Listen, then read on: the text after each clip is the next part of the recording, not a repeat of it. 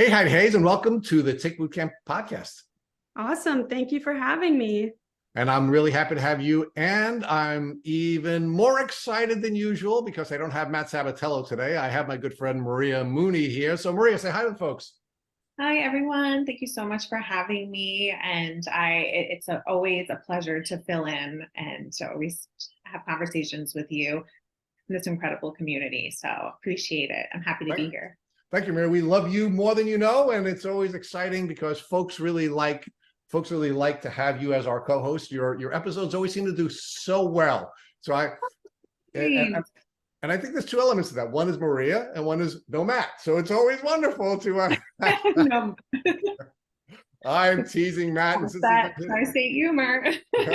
It's people from the Northeast understand us, Maria, and hopefully I'm not making it too uncomfortable for the nice North American guest that we have, Heidi from Canada. Yeah, thank you so much for having me. I'm excited to be here and talk a little bit about Lyme. So we're going to talk a lot about Lyme, but so let's get there. So Heidi, why don't you build out for us? First, where are you calling in from today? Yeah, I'm calling in from Southern Ontario. So I'm in St. Thomas, actually. So it's a couple hours south of Toronto. All right. And so give us some context for where Ontario is relative to New York, for example. Yeah, it's actually quite close to New York, I think. I mean, it's really close to Buffalo, like a couple hours to Buffalo. So a little bit further away from like New York City. But yeah, we also border onto Michigan. So I can get to like Michigan or Buffalo pretty easily just by like a couple hours drive. So you're northwest of where I am and where Maria grew up. Yes, exactly. All right. So talk to us a little bit about your background. What was it like to grow up in Canada? And did you spend all of your youth in Ontario, or were you growing up in different parts of Canada? So growing up, I was always in Southern Ontario, different cities. Like I grew up mostly a little bit closer to Toronto and then moved to St. Thomas in grade 11, spent grade 11 and 12 in St. Thomas. And then right when I graduated high school, that's when I moved actually out west. So I lived in Alberta and British Columbia for the majority of my adult life, actually. Like I think I moved out there when I was 18 and I moved back 2 years ago in September. So I did like all of my undergraduate studies there, and now I'm back home, and we can talk a little bit about why. It's got some foreshadowing. But yeah, it was a good childhood. I think I've always been like really active. When I was growing up, I did competitive dance. So I was like doing, 4 hours of dance every night. I was, a good student, always kind of involved, always had lots of friends, never had any health issues. Literally, like, I don't even remember needing to go see a doctor ever. Which was great, just never having to go. I think I would go for a checkup and they'd ask me questions, everything was good, and then I'd leave. So that's kind of all I knew, or like the only contact I had with the medical community at that, like during my whole childhood, I guess.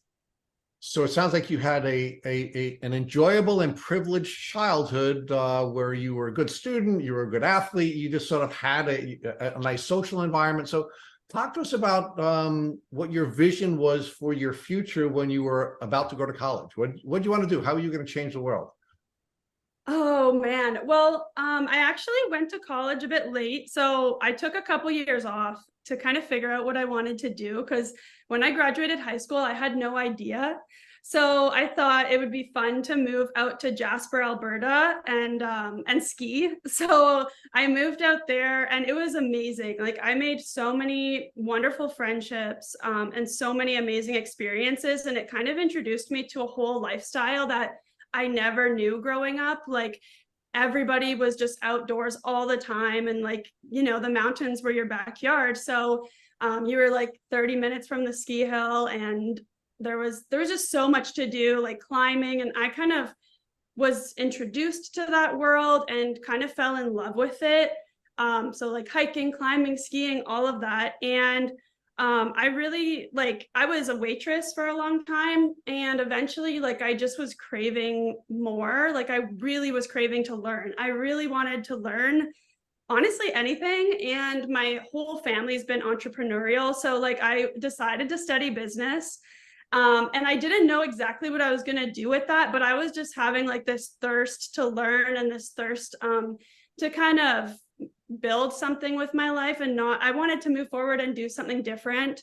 So I decided to go to school in Kelowna, BC, because a lot of the folks that I had met in Jasper went to school in Kelowna, and I thought, oh, maybe I'll go back to Jasper in the summertime and work as a waitress there and kind of pay for my school, because I didn't have any support going through school. So it was all me, I didn't want to take on student loan debt. So I worked really, really hard. And that just goes to show of how much energy I had, right? I had enough energy to work 6 days a week till 4 a.m. and make the serving money so that I could pay for school.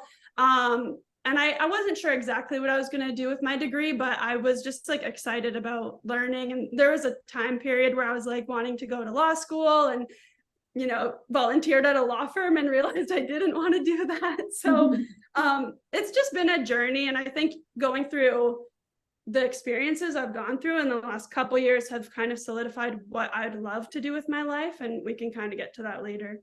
Yeah. So I think it's really cool that you ultimately were moving towards becoming an entrepreneur, right? Because an entrepreneur is someone, despite the way the news media characterizes entrepreneurs, an entrepreneur is someone who takes responsibility for solving other people's problems, right? And you wanted to use that skill set as a way of saving the world, right? And you weren't sure exactly where your niche was. And I think that's sort of some foreshadowing for some of the things that have come, right? So we now have this uber healthy, outdoorsy gal who's falling in love with the outdoors, falling in love with learning, going to college in the same environment where she was falling in love with this outdoorsy life. And then what happens? Yeah, so I want to say there was not a distinct moment where everything fell apart. It wasn't I found a tick bite and then everything started falling apart. I actually never found the tick. I never knew that I got bit.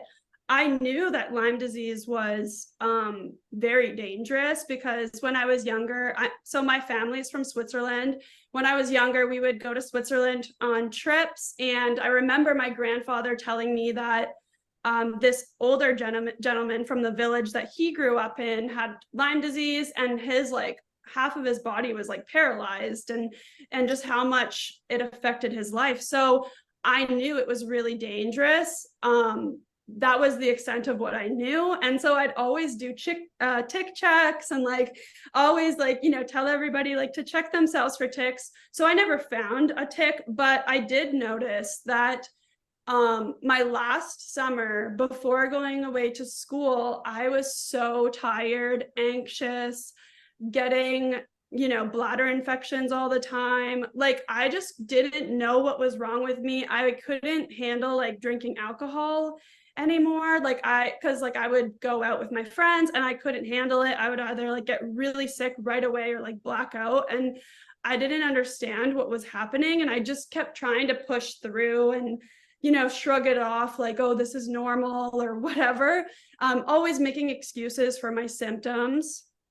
And that's kind of how things started to progress. And I think when I moved to school, I just remember when I went to school being so grateful that I could sit all day and read, because I didn't have to walk around where serving, I would walk 50,000 steps in an 8-hour shift. It was crazy. So I was exhausted, especially with not sleeping properly, working till 4 a.m. I was so grateful to be able to just sit in a library and read and not have to walk anywhere. So I just remember feeling so grateful for that. But I do remember I had my first panic attack. Things were getting weird and I couldn't figure out why. But Heidi, one of the things that, one of the things that's sort of seeming strange to me is you were the young person who had energy to spare. You had energy to burn, right?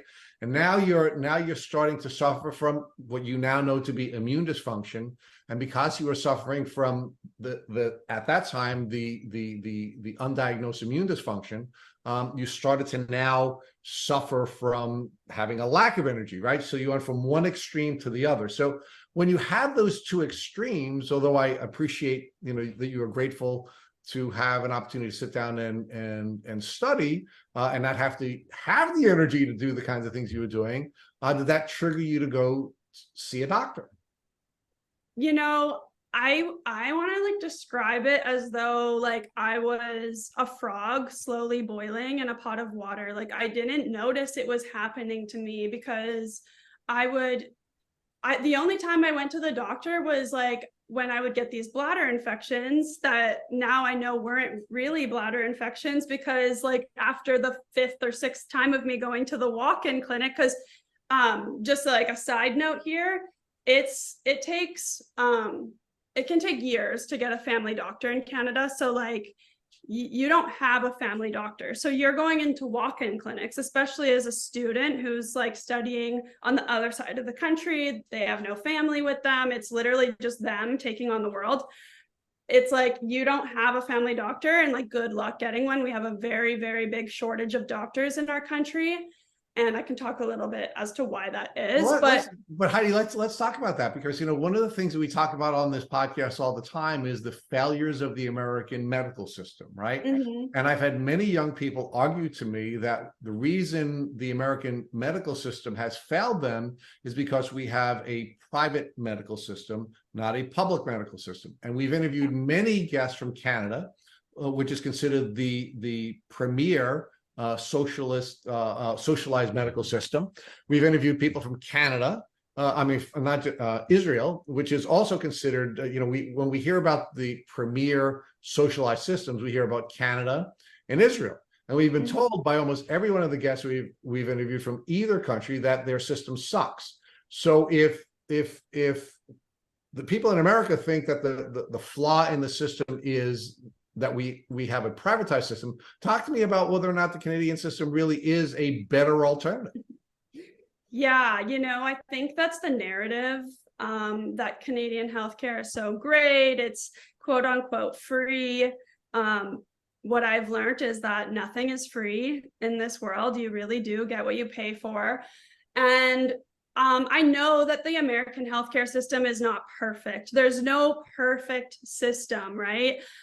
But I would argue that it is better in a lot of ways. I would say that with socialism, you have a lack of choice, right? And when there's regulation, like there's only so much money that can go into to fund this healthcare system. And I would even go as far as saying that it's really falling apart right now with with the state of our economy right now, and like going through COVID and that kind of thing. Like there's not that much propping it up. So how I would say is, like, if you're a healthy person and you are not relatively complex, you're not a complex individual, you don't have a complex chronic illness, you're fine. Like if all you need is birth control, or you need to get like, I don't know, like a checkup done, or, you're not really a complicated case.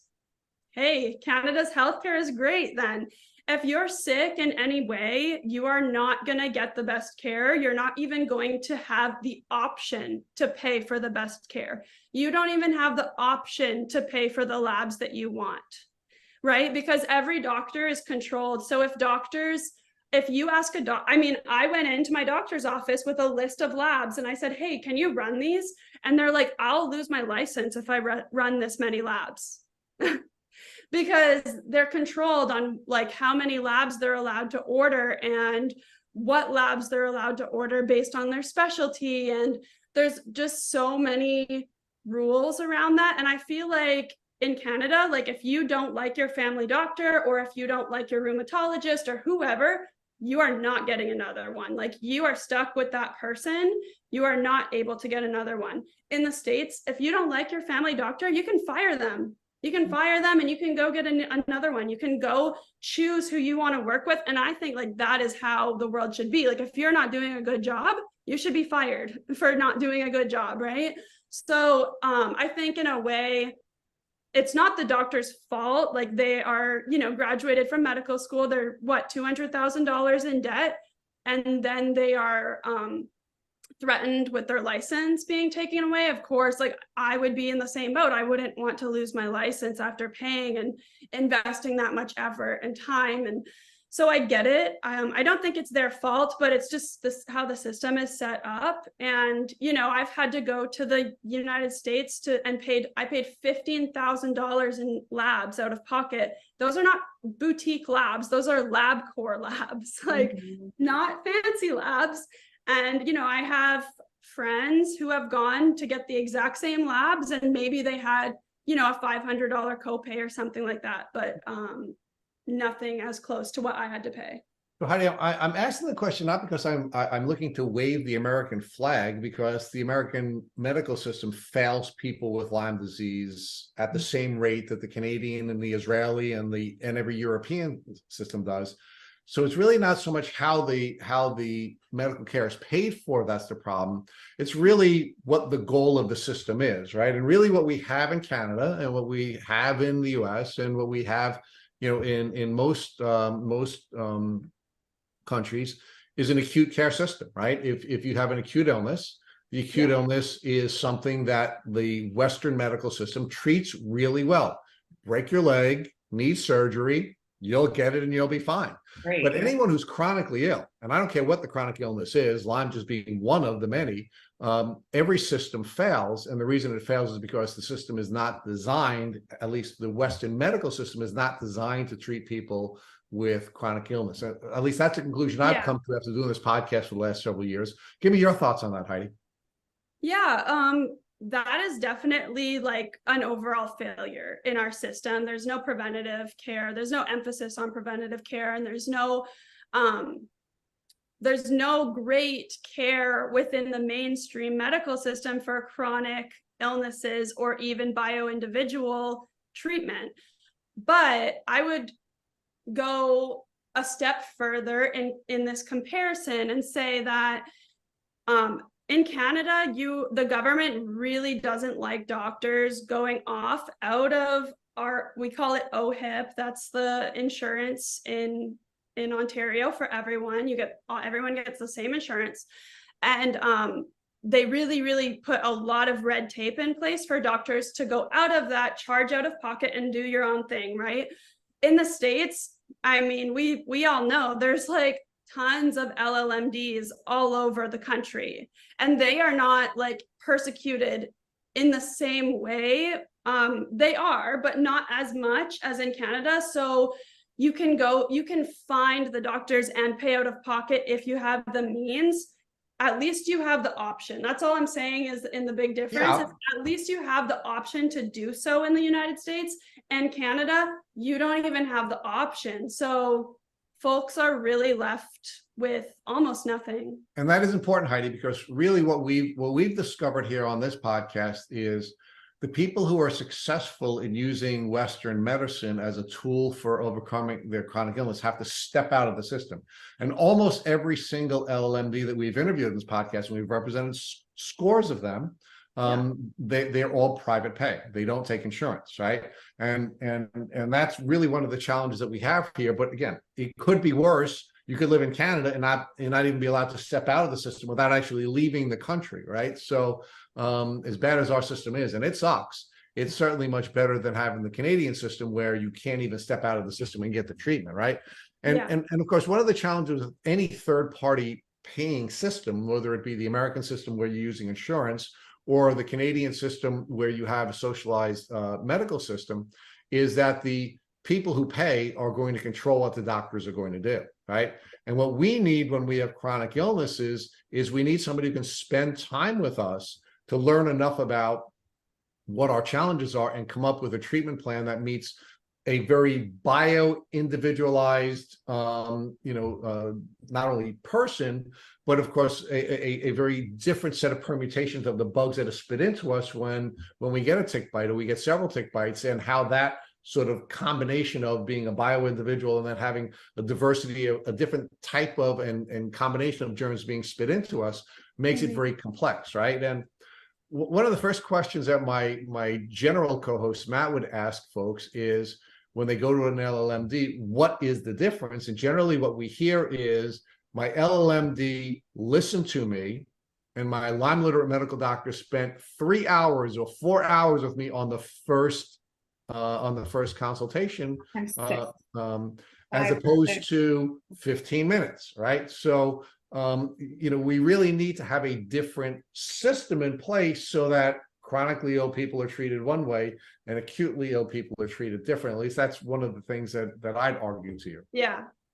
And that's just like the broad strokes, but there's also like if you get really granular with it and you go see specialists, like I don't know what infectious disease doctors are doing, but I don't know what they're working on actually, what do you do? Because there's an epidemic going on, and I bring them like LabCorp, FDA approved labs, positive Rocky Mountain spotted fever, positive this, positive, and they're just like, oh, this means nothing.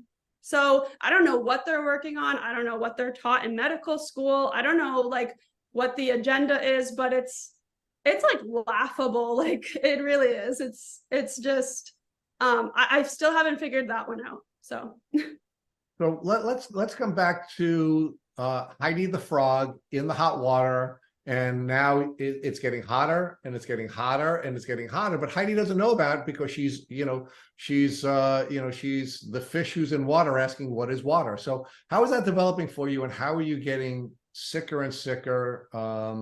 First, give us more of your symptomology and talk to us about how it's affecting your life, because you have already built out for us that the athlete and the outdoors person is now not an athlete and not an outdoors person. She's stuck in a library reading books, but still grateful to have the opportunity to do that.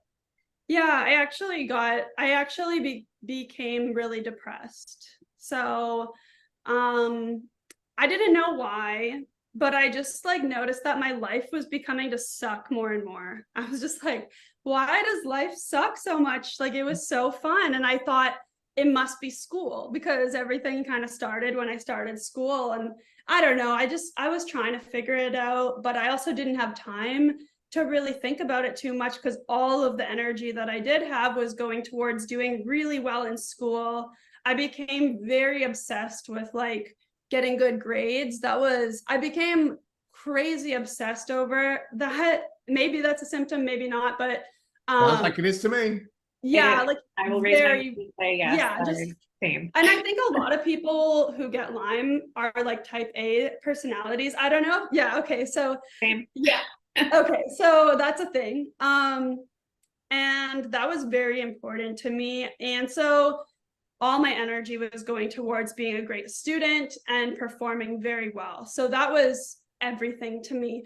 But I was becoming very depressed. And I remember I went back to Jasper after my first after my first year of school.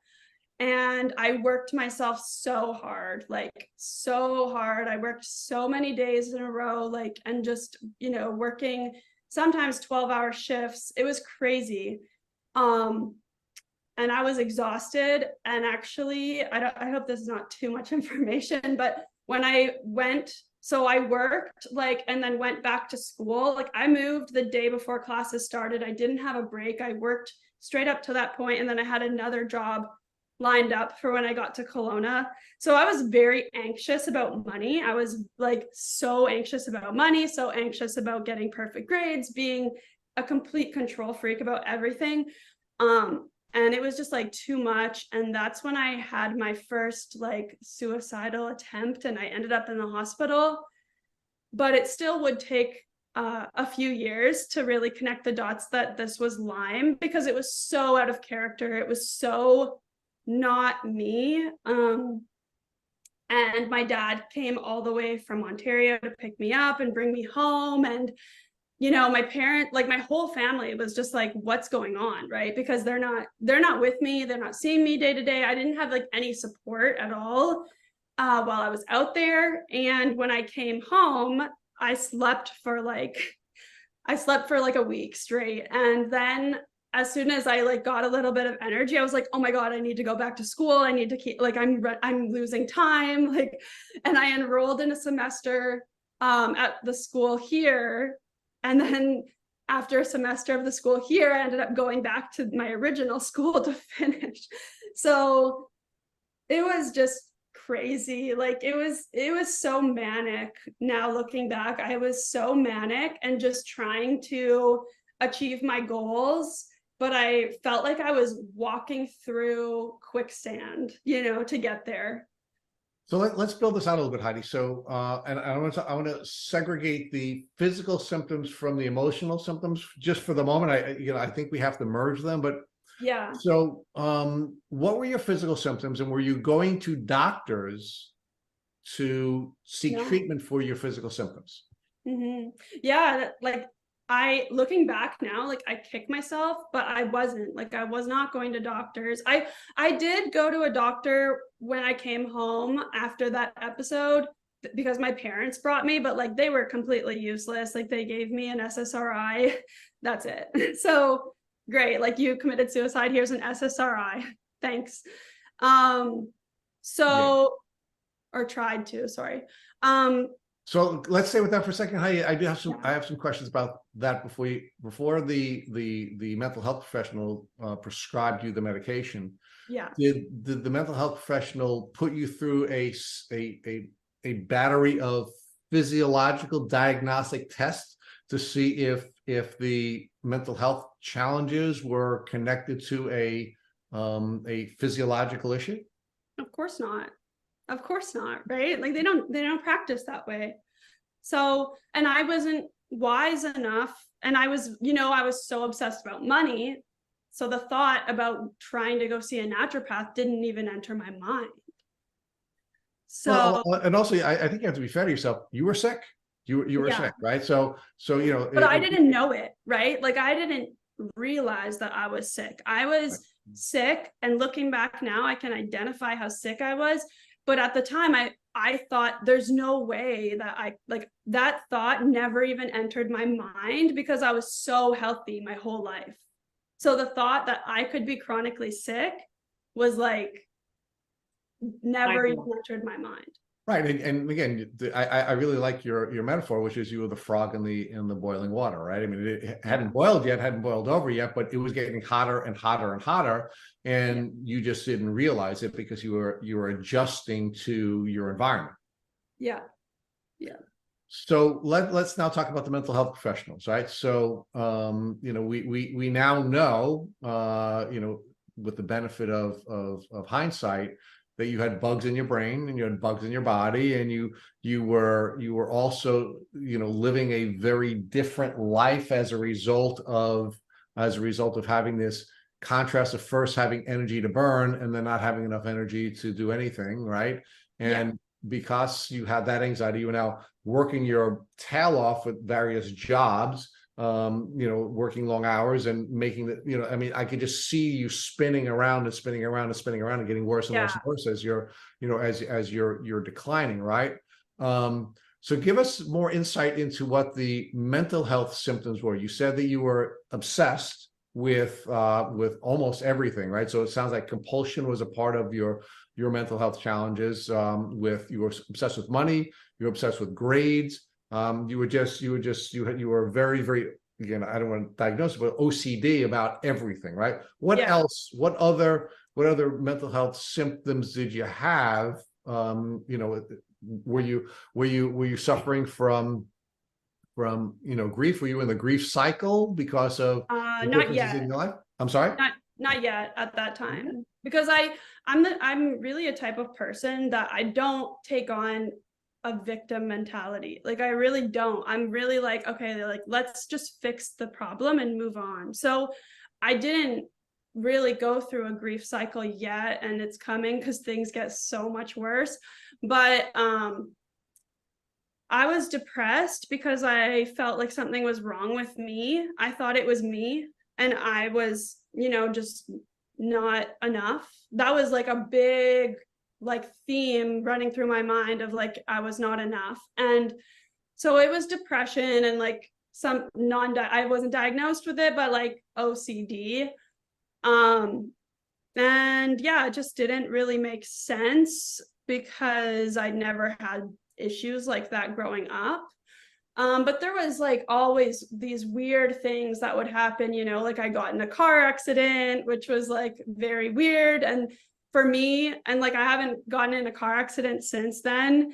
But I just remember like being out of it, like not being able to focus on many things, not being able to remember. Like being a server, you have to remember so many things, so many people's orders, you have 8 tables at a time, whatever, not being able to. So I noticed like I wasn't able to remember those things. I remember being very frustrated. I remember like having to bring these kegs down into the basement of the keg room. And I literally couldn't lift the kegs and walk down the stairs. And I just like, I just couldn't do it. And I had to tell my boss, like, I can't do it. And it was just a lot of frustration and a lot of like confusion, frustration, it was just not a good time. And like, I would act in ways that were so out of character. Like, Like what? Give me an example. Like if I were to drink, I would get so overly emotional and like I just couldn't, like, I just stopped drinking a few years ago and like I'll never drink again. Just because it makes me feel so sick. And yeah, I just like couldn't handle anything. Very like obsessive, like I would kind of obsess over something and I wouldn't be able to stop talking about it. Yeah, it was just very strange. I just noticed that I wasn't acting like myself. And like, I think other people noticed it too. And like looking back, it's kind of embarrassing, but I know now that like that was not who I am. Like I wouldn't have acted that way if I didn't have Lyme disease, For sure. Like there's no doubt about it. And we can, those of us who have been in this community, recognize all those symptoms very easily, right? I mean, Right. Lyme disease. Our friend Phyllis Bedford calls Lyme disease the supermarket disease, because you're more likely to be diagnosed in the supermarket than you are if you go to the doctor's office, because people who are on the journey can see it very clearly. And unfortunately, medical professionals are not trained to see the symptomology, or they want to put on the blinders because they don't want to deal with the consequences of making these diagnoses, right? It's so true. So give us a little more detail about how things progressed, right? I mean, you're in a bad place, right? So you had the suicidal ideations and the suicide attempt. You go back home and you're living with your parents. You don't have a good experience with the doctors you're treating. They're giving you they're giving you some psychiatric medications. Are things getting Which did better? nothing, by the way. Well, of course not, because it's not going to help the bugs in your brain. So talk about how things are either getting better or getting worse at this stage in your journey. Yeah, so I want to say like things got a bit better for a little while. So I moved back to Kelowna to finish school, and things were like pretty okay, not great by any means, but like okay for a semester. And I remember COVID hit, and I was like so grateful when COVID hit, because I was like, oh my gosh, I get to have a break. Like I was so tired that when COVID hit and we all got to like do our classes from home and like sit at home and like not do too much, and I didn't have to work, and like it's like the world was giving me a free pass to just rest because I wouldn't give it to myself. And I know that's probably like a strange reaction because most people are freaking out, and I'm like, oh, thank God. Like this is just like the best thing ever. And I moved to the island, Vancouver Island, to live with a friend of mine. And it was like just the best summer ever. It was so beautiful. I loved it there. During COVID, you could still go surfing, you could go hiking, you could go trail running. Like it was like we were just having adventures all the time, and we were still socially distanced because we were out in the woods, just having fun, and I definitely noticed I was still manic, and I definitely noticed, like, I think, so the island is a rainforest technically. So it's very moldy. And I think, and mold and Lyme don't go well together. You know, when your immune system is dysregulated and you add mold into the picture, it's like the perfect storm. So things got weird. I kept going, I want to like kind of fast forward because so much like is not that interesting for a while, but things just progress the same way, just weird, exhausted, not enjoying life, not able to like do what I would normally be able to do. So anyway, at this point, I'm like doing a co-op and I'm back in Kelowna doing an accounting co-op and like just super manic, like not being able to focus, freaking out about how like I didn't like the job and just all these things. And I thought, you know what? I love surfing. When I was traveling, I fell in love with surfing when I was in Bali. And I thought, you know what? I think if I just, you know, move to the island and just like work into Fino, which is like a surf town, then I'll feel better. Like, I think if I just go do what I love, I'll feel better. It's because I thought it was school. Like I thought school was stressing me out so much that I was getting sick from school. So I thought I'm just going to go do what I love. And like, you can just imagine like living in a staff accommodation in a surf town with a wetsuit room in the house. And yeah, like it was a recipe for disaster. I can't believe I made it through the summer. Not very well. It was also the most physically demanding job I've had in my life. Like, you know, pulling 200-pound men on surfboards, trying to get them into a wave for 8 hours a day. It was so physically demanding, and I had to push myself even further. So I had like a waitressing job on my days off. I had 0 days off the whole summer. So when the fall hit, they moved me to the basement apartment. I cleaned the apartment because the girls didn't clean it very well. And within a week, I was literally like my life flipped. Like within that week, my life completely turned upside down. And I knew like as soon as I had my first like muscles twitching, I was like, oh, this is like real. This is like actually something crazy going on. This is not just in my head. I'm not crazy. And I remember I went to the little hospital in Tofino like 5 times. And I remember this doctor put his hand on my leg and he was like, you know, I know what's wrong with you. You just need to see a psychiatrist. And I was like, really? Like, because I believed him, because I thought, oh my God, maybe I am going crazy. Like I felt crazy, like my brain wasn't working. I had vertigo. Like I was like, yeah, maybe I am crazy. Maybe I'm, you know, experiencing something that's not real. So anyway, it was just insane. And I called my mom and I said, Mom, I need to come home. And she flew me home. I left all my stuff there. I had like one bag of stuff. And that's when the circus began. That is when everything began. That's when like the search began. I was like on a mission from that point forward. All right. So mom comes to intervene again. Yeah. And you can imagine like my family is so sick of me. Like, I don't want to say sick of me, but it's like the boy who cried wolf, right? They didn't believe me actually for a while.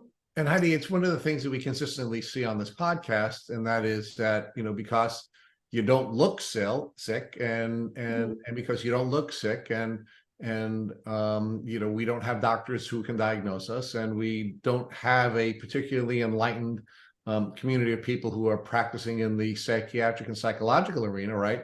They don't recognize, for example, the way Dr. Leo Shea, who was one of our guests on this podcast, argue that every single emotional symptom or psychiatric or psychological symptom is physiologically based. You just have to find the connection, right?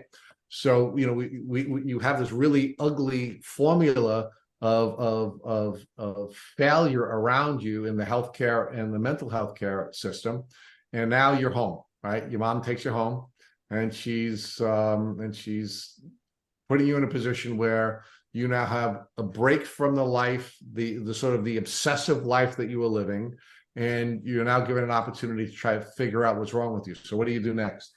Yeah. And it was like, I was in panic. Like my whole nervous system was in panic for a year, starting from that week to like only not so long ago, right? So yeah, it all started, I thought I would go to my family doctor first. Obviously, like they are not helpful at all. They suck. Then I started researching, and I remember like it was like all of these memories were kind of like fitting together like a puzzle. So when I first Googled my symptoms, the two things that came up were multiple sclerosis and Lyme disease. So I was like, okay, I need to get an MRI to rule out MS. But I was like, I don't think this is like, I was just trying to make sense of it. And I remember my family doctor actually referred me to this doctor. His name is I forget his name because he wasn't helpful, so I just forgot it. But anyway, there's this one guy in Southern Ontario in Strathroy, and he's basically just like he's within the system, so but he's practicing. I don't agree with like what he's doing. He's just giving people like as much antibiotics as they need without anything else, just like giving loads and loads and loads of antibiotics without doing a ton, like without doing enough labs, without doing anything, without giving anything supportive, literally nothing. So, and I knew, like I started, like you said earlier to me off record, you said that, you learn more from like the people that have gone through it than reading these books and these doctors. And I would agree with you to a point. I did order some books that really, really changed the game for me. So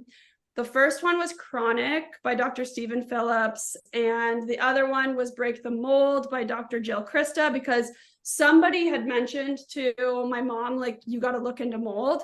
And that was, I was like, what? Mold can't make you sick? Like, that's like, you never hear about that, growing up, nobody talks about mold. So those were the two books that I read, and they were really helpful. But I felt this despair because I was like, oh my gosh, like there's no doctors like this in Canada. Like, what am I going to do?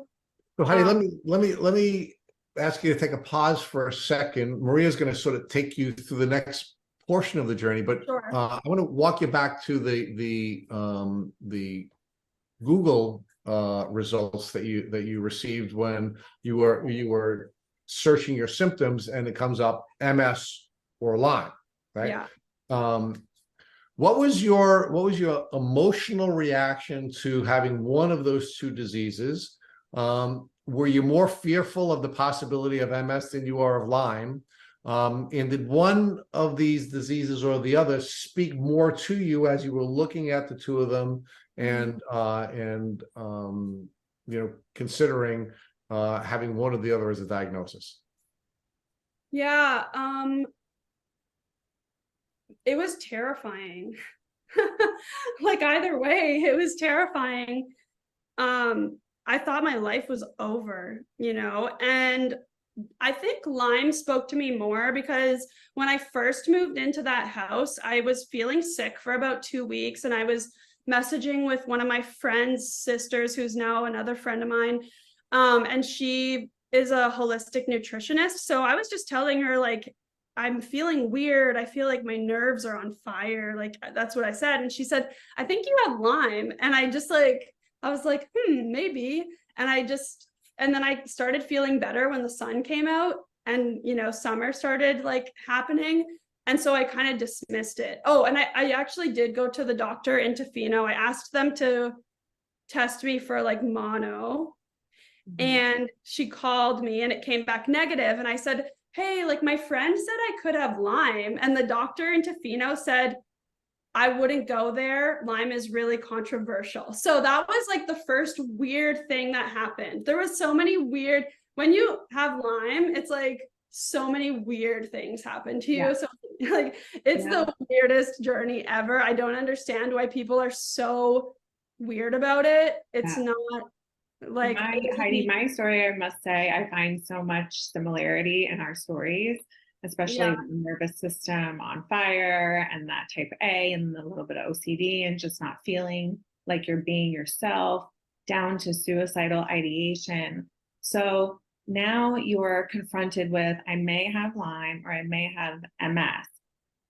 And you're confronted with doctors over and over again who are telling you, don't go there. It might probably psychiatric.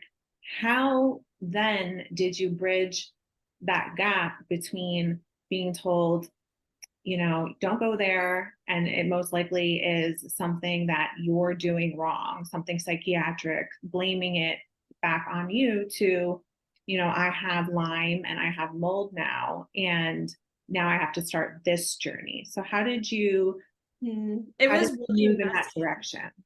Sure. Yeah, like it was really messy. I was reaching out to everybody that I could. I was like, that was my job, that turned into my job. I like interviewed hundreds of people who had Lyme disease. I was trying to figure out, okay, what works, what doesn't work, what is like the theme here of people with Lyme. And I realized all the similarities with all of our stories. There were so many, it was like a different flavor, every single one, but it was so similar. Every single story was so similar.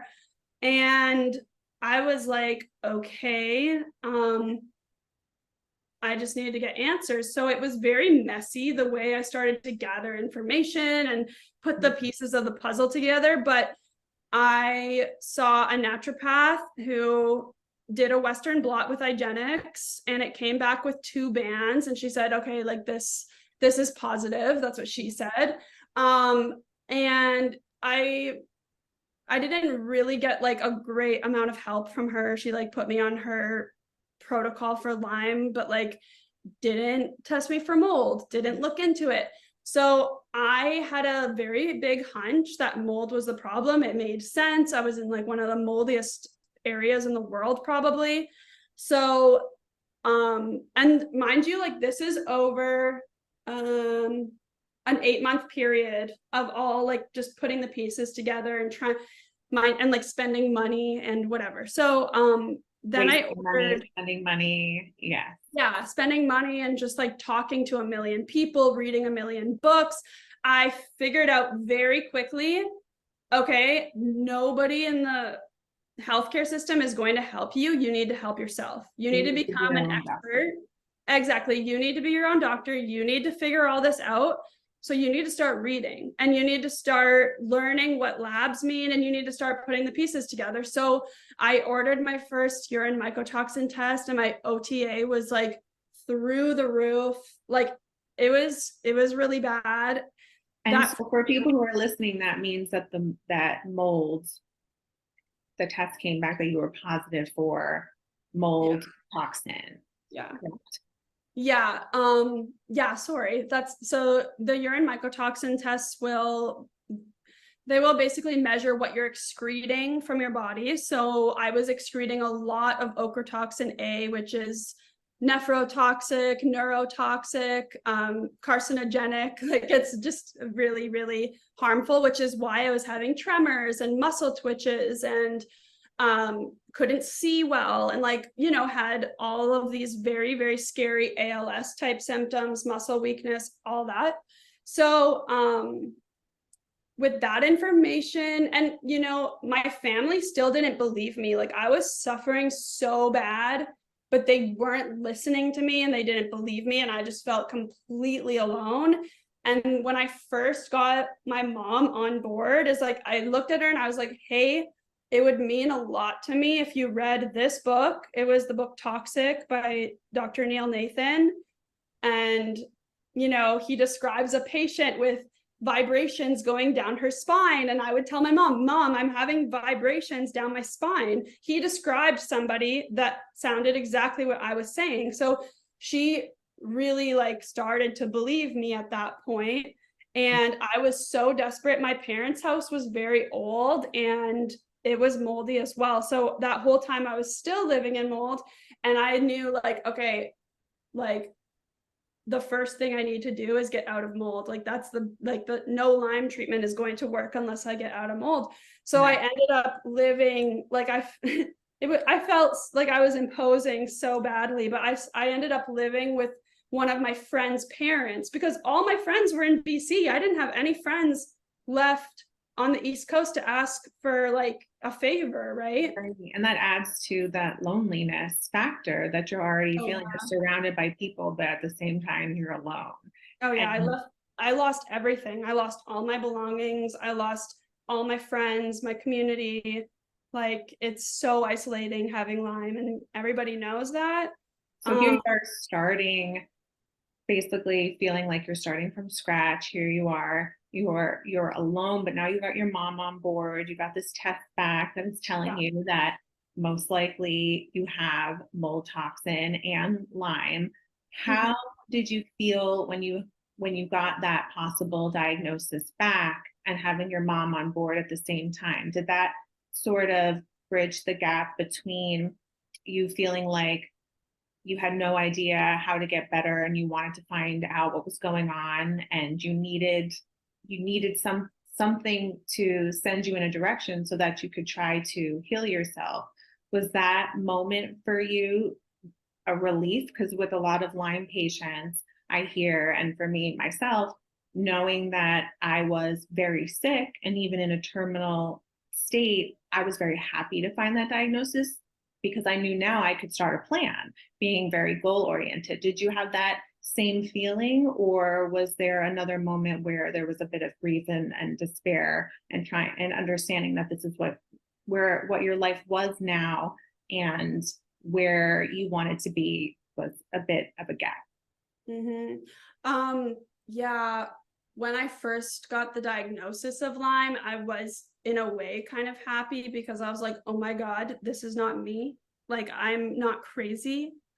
This is actually an infection. And when Dr. Stephen Phillips was explaining that there's over 400 academic papers linking psychiatric symptoms to Lyme bacteria, I was just like, okay, this is totally not me. Like the past few years have not been my true nature and personality. So there was that, but I was suffering so bad and I was so afraid of like trusting anyone. I did not trust anyone. Because I listened to everybody's stories and like everybody going to see these terrible doctors that would literally make things worse. So it was still very scary. And I was living with my friend's parents who like I felt really bad for like being in their space but I had no choice. So you feel like a burden, but at the same time you are suffering and it's just adding on this a second layer of suffering. Yeah. And I didn't realize like how badly I needed antifungals. So this is a good place to ask, sorry to interrupt, that kind of go toward, well, now that you're here, what kind of treatments were you receiving, or how did you begin sort of that journey? Because you know you need to be on antifungals. So how did that treatment journey begin? So, like I said, I was terrified and didn't trust anyone. So, when I did like all of my interviews, the people that I would interview that actually were fully better. Like I would interview people, they'd be like, oh, I'm better, but I get like, arthritis in my elbow still, or, oh, I'm better, but I get staph infections on my face all the time. And I'd be like, okay, well, that's not better. Right. And so, the people that I interviewed that were fully better, like they did not have anything, they were healthier now than they were before, were the people that did bee venom therapy. And I was like, okay. And I looked into it and I looked at the research and I talked to all these people that, were on their deathbeds and then went from that to like thriving. And I was like, okay. And I actually tried bee venom therapy for like 5 months, but it wasn't working because I had like too much mold going on that like nothing was going to work. No Lyme treatment was going to work because I had too much mold in my system. So, which is complication. Yeah, it's like the mold is like too immunosuppressive for any like antibiotic to work or like anything to hit the Lyme and co-infections. So, And I didn't know, like, I'm figuring this all out slowly and putting the pieces of the puzzle together. So I thought, okay, I'm going to join the Heal Hive and kind of learn from them. And so I joined, and that was like my saving grace. Like, I thought, oh my God, this is going to make me better. Like this, like, I don't know why, but I just put so much like trust into that system. And I found this clinic. It was like, you know, a gift from God, because they're not like widely known. But my mom's friend was actually on an airplane from Tofino, and she sat beside this woman, and this woman was like, oh, I have Lyme. And so she gave her recommendations of doctors that helped her. And she told her about the Ven Med clinic in Toronto. And they are amazing. They are like a private clinic, so it is out of pocket, but they will like do what they can to get some stuff covered by our insurance, which is really nice of them. And they were amazing at getting me the resources that I need. They were willing to listen to me and work with me, because I wanted my treatment to go a certain way. I really wanted to do things in accordance with Dr. Johannesen and Dr. Jill Krista. I really trusted them. And so I'm going on this journey where I'm like getting treatment from the Ven Med. They give me like my first like antifungal nasal spray and get me on like, you know, supportive therapies and supportive vitamins. And I kind of put my own vitamin regimen together. And my friend, who's the holistic nutritionist, helped me like get access to vitamins at a discount, which was really nice of her.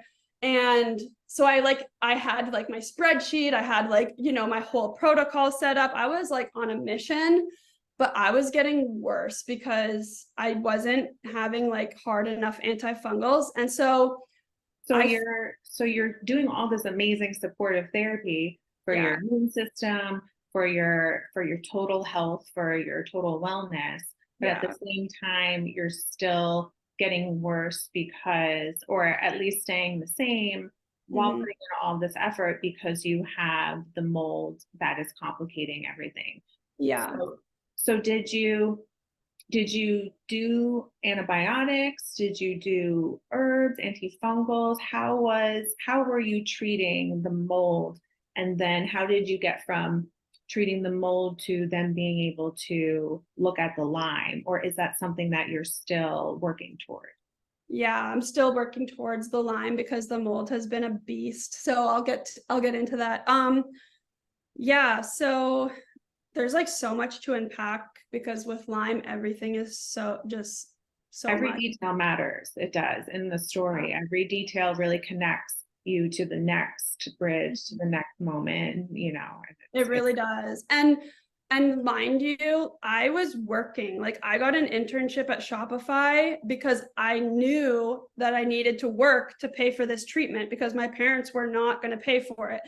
And I knew I needed to work from home because I was too sick to go anywhere. So I got this like remote internship, and I was like I shouldn't have been there, right? Like I'm like on calls and my neck is like twitching, like the muscles in my neck are twitching, and I'm freaking out thinking I have ALS. And like it was just I was in terror every moment of my life. Like it was terror. And I did not that one doctor in Strathroy gave me like, he wanted me to take 3 different antibiotics at the same time, but my intuition knew that I shouldn't, because the mold that colonized my gut was making its own antibiotics. And it was like I could literally feel it in my gut, killing off all my good bacteria.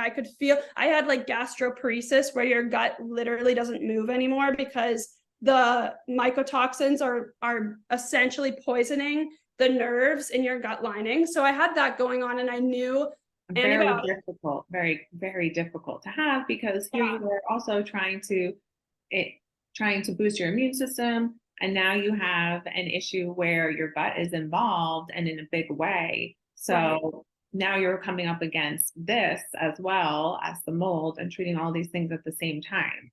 Yeah.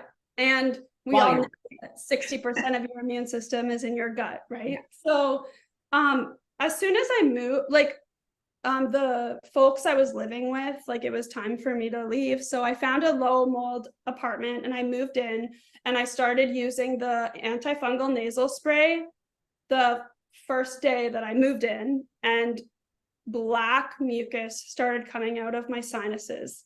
And I was, that is a wild symptom, but I do feel like people out here listening are going to say like, oh my God, that's me. So you start this antifungal, and when you start it, you think, right, you're going to start to get better, and all of a sudden you've got this black mucus coming out. So now what happens? Yeah. And like, I think my doctors were trying to go slowly, because you never know who's going to be a very sensitive patient or not, which I wasn't. Like, I can like, you can throw all the drugs at me, I can handle it. Thank God I didn't have like MCAS or anything. But I think the antifungals were starting to get in there, and it like started getting stuff out. I brought the mucus to the emergency room. They didn't do anything for me. I brought it to an infectious disease doctor who was literally acted as though it wasn't even there. And you're visiting these professionals with black mucus, and they're actually looking at you like, okay, and no, that must have made you feel another type of way, because you're like, this is now a symptom that you can see. I'm bringing it to you, and I'm still not getting the help that I need. I was so angry, but I just don't expect anything from them anymore. I don't even know what they do for a living, to be honest. They're like drug technicians. They don't, and also like, why wouldn't you just give me antifungals? Because if you love giving out drugs, but it's because we don't have that many antifungals, so they don't want to overuse them. Anyway, so I was so much worse. Like, I've been in the heel hive for like almost a year now. I'm not getting better. I'm doing everything asked of me. I'm making the low histamine diet and like doing everything. I'm doing literally like trying my hardest and not getting better. And I was working, and I got this email from Dr. Jill Krista that she was doing just like a Q&A, a live Q&A, which she doesn't normally do. So it was her first one. And I like signed up immediately and got on there, and I was able to ask my question. And I was like, do you ever see this? Like, do you ever see any black mucus and like chronic fungal sinusitis? And she was like, yes, I do, but you need to go see Dr. Donald Dennis in Atlanta. Like, nobody's going to help you with this except for Dr. Dennis. So you're in Canada, and now you're being told you have to go see a doctor in the States, in Atlanta, Georgia. Yeah. And I was like, how am I going to pay for this? How am I going to do this? Like, right. And so with your spirit, with your fighting spirit, I imagining the next part of the story is you figured it out, and you did get down there. How did that happen? Oh yeah, it was crazy. So I called right before Christmas, and I was like crying because I was so emotionally at the end. Like, I wanted to die so bad. I was like, sorry, I'm getting emotional because I wanted to die so bad. Like, but I was never going to do it because of my family and like how much they'd held me up to this point. But I did. Like, we have this program in Canada called MAID, which is like medical assistance in dying. And because they weren't helping me and I didn't know what to do, and I saw an ENT about the black mucus. He didn't do anything. I saw like I told you, I went to everyone I could think of. Nobody was helping me. And so I thought, man, maybe I have to do this MAID program. I was like just fighting that idea, like trying not to give in to that idea. But I thought, that's what it's like in Canada, right? Like, they would rather give you medical assistance in dying and kill you than give you treatment. That is what it's like here. Okay. And I appreciate you so much. And I know that Tick Boot Camp family does too, talking about something like this and destigmatizing it, because I know so many people, if not all, with complicated Lyme and co-infections, including myself, had the same thoughts, saying for years on end, conversations with family, wondering, is there a way that I can sign a DNR, here they call it, or DNH, do not hospitalize, do not resuscitate, thinking of ways of how I don't want to die, but I also don't want to suffer. I just want to end the suffering. And it's a sad testament to how dying seems like the only way that a Lyme patient or a Lyme sufferer can find peace or an answer. So you're in this space now where there's so much happening. You have to get to Atlanta to start this treatment. And you're also considering, this may be something terminal. This may end my life.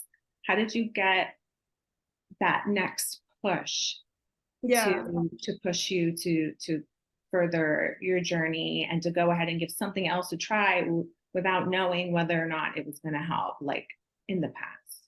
Yeah. So I knew that I needed to go see Dr. Dennis. Like, I just knew that this was like what I needed at this moment in my journey. And I knew it was going to help me so much.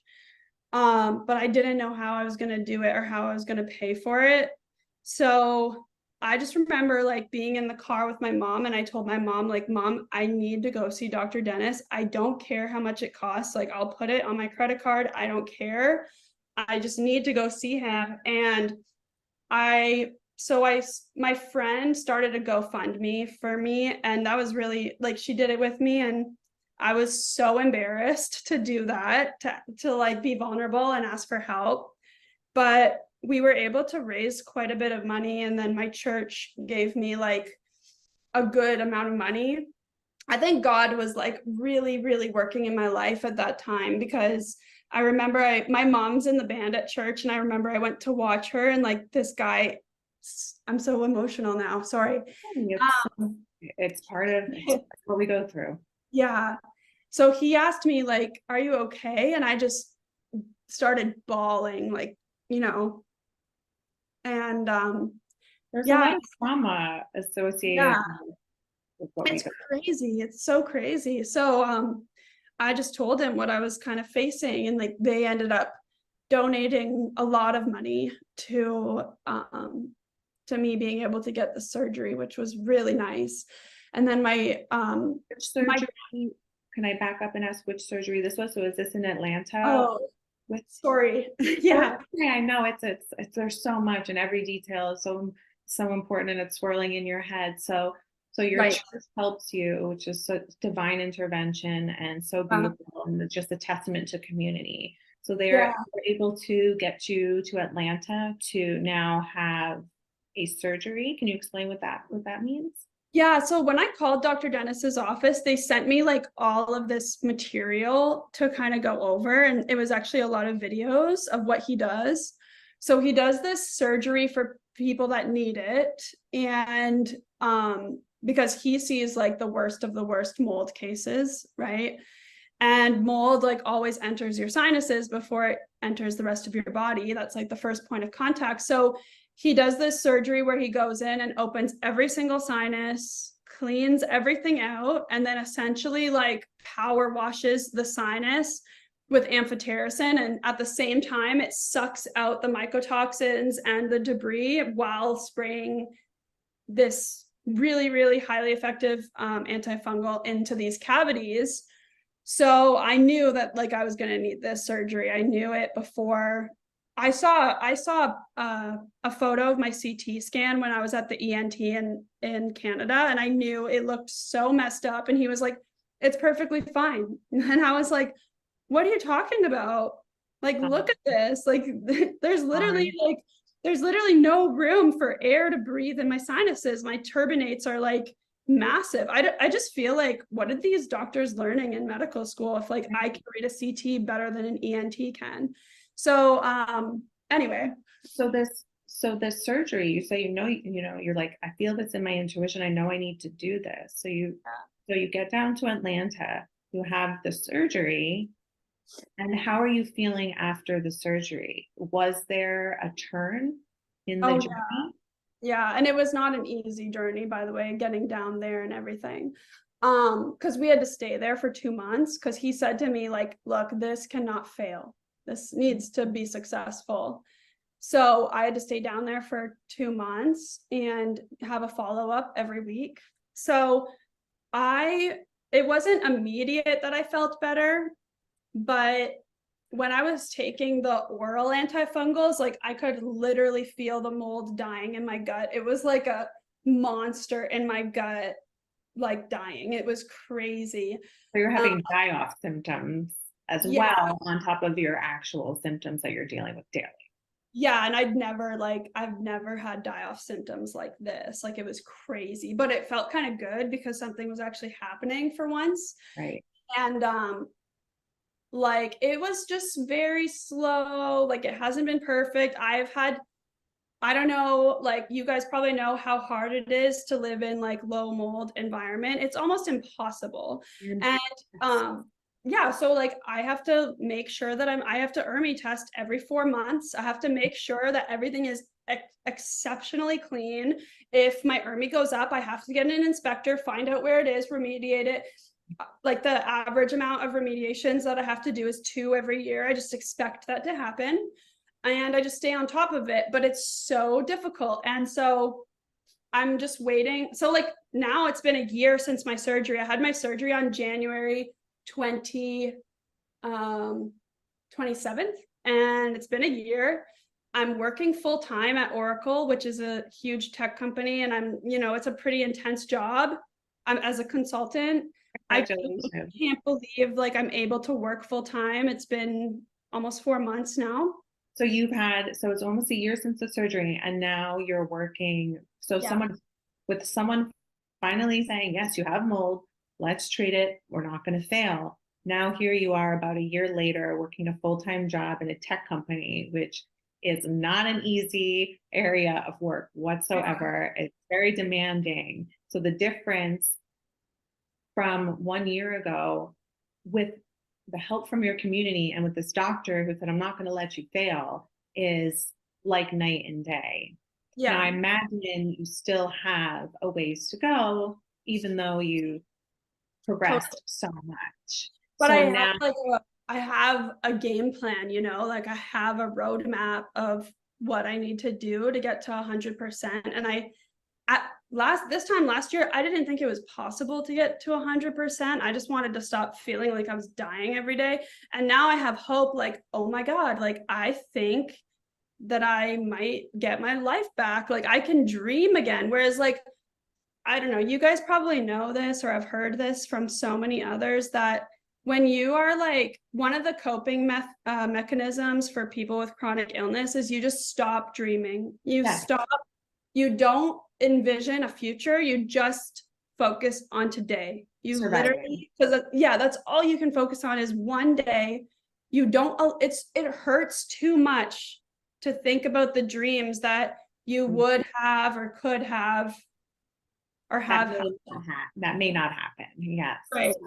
So now you have a plan. So what does that plan look like from here on out that you know of so far? Because I know it's difficult to project too far into the future. Yeah.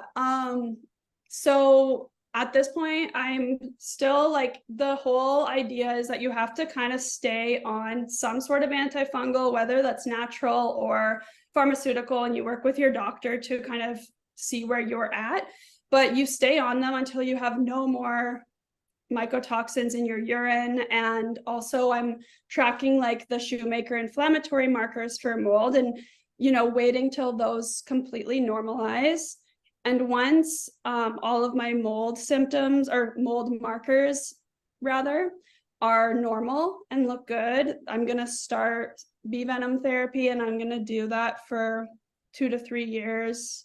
And that should cover the immune dysregulation.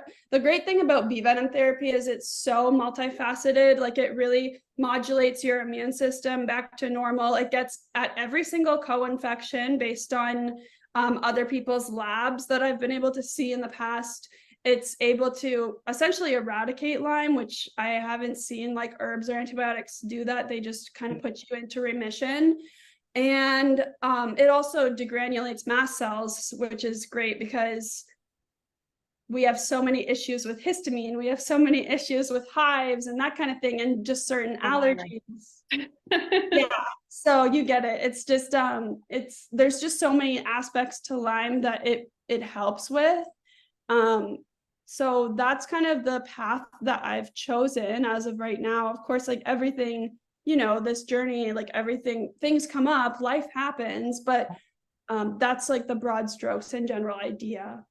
And so now, from where you were before you started treating, or you knew there was something going on that was physiological, how much of a percentage do you feel like you're better now while you're working and continuing to treat? Yeah, You're that's like planning a on hard, right? We all do, and I feel you're gonna get there, and I believe it. But yeah, I hope so. where are you right now? That's such a hard question. Like I can't put a percentage on it, because I think like everybody when they start treating Lyme is at a different level of disease. And I think I was very much like so sick with mold, more than the average person with Lyme that I've spoken to a lot of people with Lyme, and I've only known like a couple people that I've sent to Dr. Dennis that actually needed to go. Actually, just one. I would say if I had to put a percentage on it, I would say like I'm maybe 50% better, but because I was so sick, it feels so good to just be at 50%, You have a ways to go, but Yeah. and it's difficult to quantify, because at the same time you also are so used to not feeling well. So it's kind of hard to quantify. And I would say, to people, the way I would describe it is, so I started at lower than ground zero. So when I got to ground zero, I felt like, oh, I'm doing great, but I still had 100 stories to go at the same time. So is that kind of similar to how you would describe it? Yeah, that was well said. That's exactly how I feel. Like I just feel like I'm somewhat normal, but it's amazing because like, every little win feels amazing. Like I was able to do, an intense workout the other day and actually recover within a few days, which is crazy. Like I didn't work out for a long time, and now I like, I exercise, I mean, I don't know, maybe 4 days a week, because I know it's like important to my recovery. And just all these little things, like being able to enjoy my time with family. Whereas this time last year, like I was in Emerge on Christmas Eve. So, it's kind of night and day. You would say you're also having a little bit more of a social life again as well, Yeah. between your work and spending time with your family. Yeah. Yeah. And I think being able to work has been really nice, because I feel like I don't know what it is exactly, but maybe it's like a sense of purpose, and then also being able to interact with other people, because I love people. Like I'm such an extrovert, and the past year or 2 years I've been completely alone. So that was hard for me, because I love talking to people. I mean, I was a server, like I was literally like, it was my job, right? So yeah.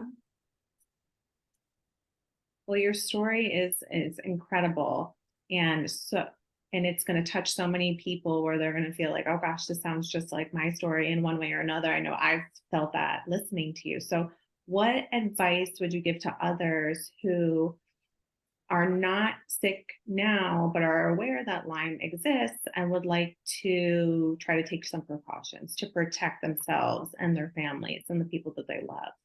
Because like like me, like you, there was no tick bite, but they're out there, and they're out there more and more, as we're hearing with the weather changing and the climate getting warmer. So how would you tell someone, this is what I would do to make sure that prevention is in the forefront of your mind when it comes to Lyme? Yeah, that's a great question. And like we can't be 100% perfect. I mean, life happens, but I think, the obvious things are like, if you're going outdoors, make sure to wear like long pants, make sure to wear a hat, make sure to check yourself, all of those obvious things. But also, like, I think if you do get bit, there's like, steps you can take. Save the tick, send it in for testing, tickreport.com. Make sure that I think the biggest thing is you have to advocate for yourself, and you have to take care of your health. Even in our world today, even if you are healthy, you need to take care of your health. You need to like be in charge. You need to be in charge of the ship and running the ship. And I think, honestly, it's really important to get labs. Like, so for the US folks listening, there's a service in the US, I believe it's called Function Health by Dr. Mark Hyman. You can pay something like $600 and you get literally like every single test that I would recommend getting, along with a Lyme test to check yourself. You can literally check yourself every single year to see if you've been exposed, right? And you can, make sure to advocate for yourself for the proper treatment, because I mean, my dad had a tick on him a few weeks ago. And I just saw it on his side. And, we got it tested, everything. And I told him, like, you need to get on, I wanted him on like a month of doxycycline. And they gave him one pill. They gave him one pill of doxycycline. And so I was like, no. And you kind of got to know what's available to you. So we went on like an online, what is it? Like when you connect with a doctor online, and we used telehealth. We used Maple Health for that.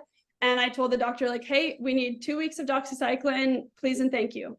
Yeah. You need to be in charge. And if the first doctor says no, go to another one. If the second one says no, go to another one.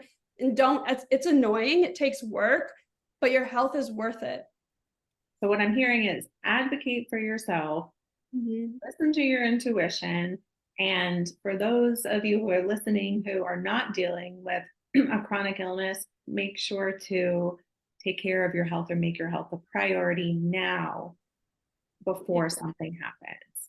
Yeah. And I think more of an emphasis needs to be put on labs. I think we have access to labs, especially you guys in the States. You have access to labs at really affordable prices.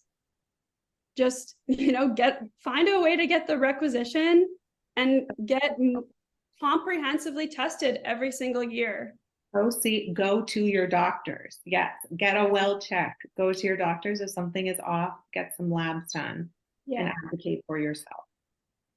Yeah. So, Heidi, Maria, this has really been a really, really beautiful podcast. We're actually getting close to the 2-hour mark, and I know it probably doesn't feel like that to you two, nor to me, but I am looking at the clock, and it really has been a really, really powerful podcast. So, Heidi, I can't thank you enough for taking time out of your really busy schedule and your really busy life to share this very powerful story.